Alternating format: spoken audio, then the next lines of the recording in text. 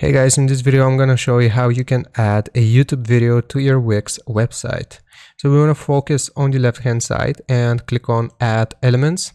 So once this menu pops up, we want to go to Video and Music, and you will be able to see the YouTube video right here. So all we have to do is drag and drop this.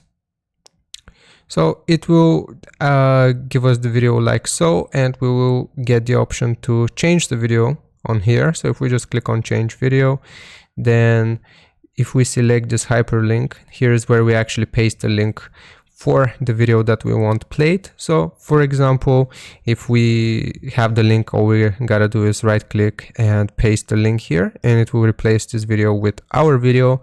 We can also play it in a loop and make it autoplay as soon as people enter our website, and you can also add a description. So that's it. That's how you add a YouTube video to your Wix website. Hope this helps. Leave a like and sub, and I'll see you next time.